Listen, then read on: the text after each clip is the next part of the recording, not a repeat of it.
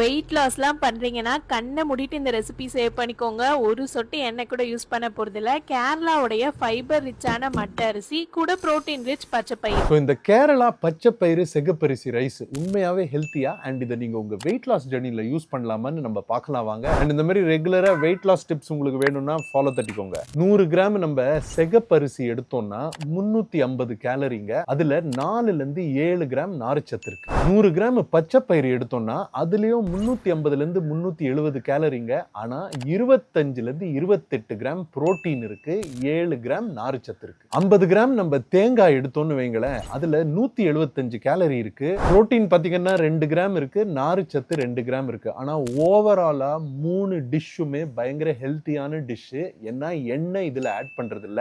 மத்த ஆட் பண்ற அந்த ஸ்பைசஸ்லயும் நிறைய பெனிஃபிட்ஸ் இருக்கு. அதுல கேலரிஸும் ஒன்றும் கிடையாது.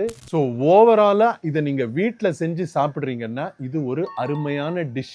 அண்ட் இந்த டிஷ்ஷுக்கு 100 கிராம் 100 கிராம் 50 கிராம் நீங்க கணக்கு போட்டீங்கன்னா டோட்டல் கேலரிஸ்னு எடுத்தீங்கன்னா ஒரு 900ல இருந்து 1000 கேலரி வரும். அதை மட்டும் கரெக்டா கேலரி பேலன்ஸ்லயோ டெபிசிட்லயோ பார்த்து சாப்பிட்டுக்கோங்க. இதுல கொஞ்சம் அடிஷனலா நீங்க புரோட்டீன் ஆட் பண்ணணும்னா கொஞ்சம் சிக்கனோ மட்டனோ எலும்போட போட்டா சூப்பரா இருக்கும்னு நினைக்கிறேன். நான் அதை டெஃபினட்டா ட்ரை பண்ண போறேன். நீங்க இந்த டிஷ்ஷை எப்போ ட்ரை பண்ண போறீங்கன்னு கீழே கமெண்ட்ஸ்ல போடுங்க. அண்ட் அதுல நீங்க சிக்கன் இல்ல மட்டன் சேர்ப்பீங்களா இல்லையான்னு சொல்லுங்க என்கிட்ட.